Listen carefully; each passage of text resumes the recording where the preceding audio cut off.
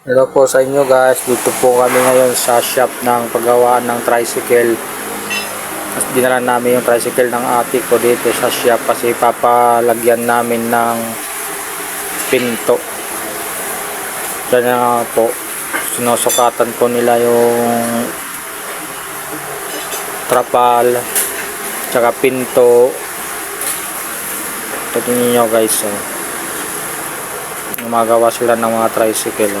Ito yung may-ari na nagsusukat sa trapal guys, yan.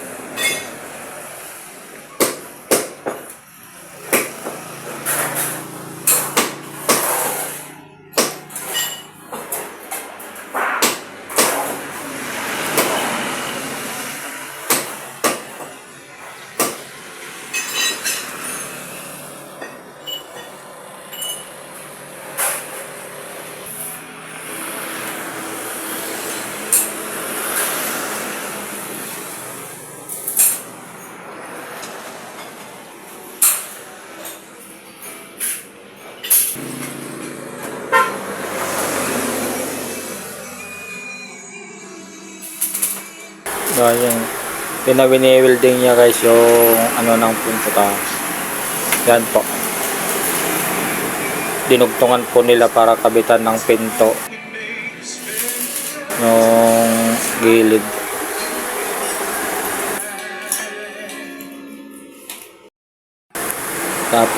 Tapos po yan guys, tapos na kinabit na nila yung kalahating pinto.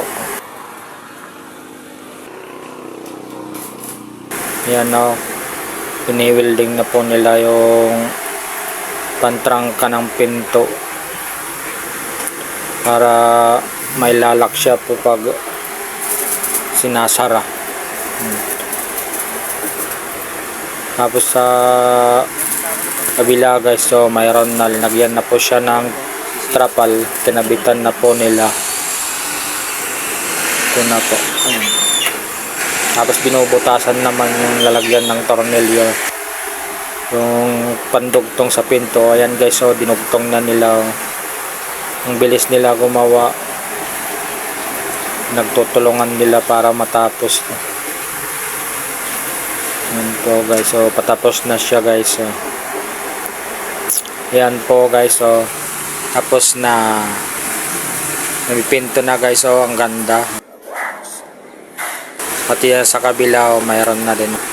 Tapos na siya guys, so nakabitan na.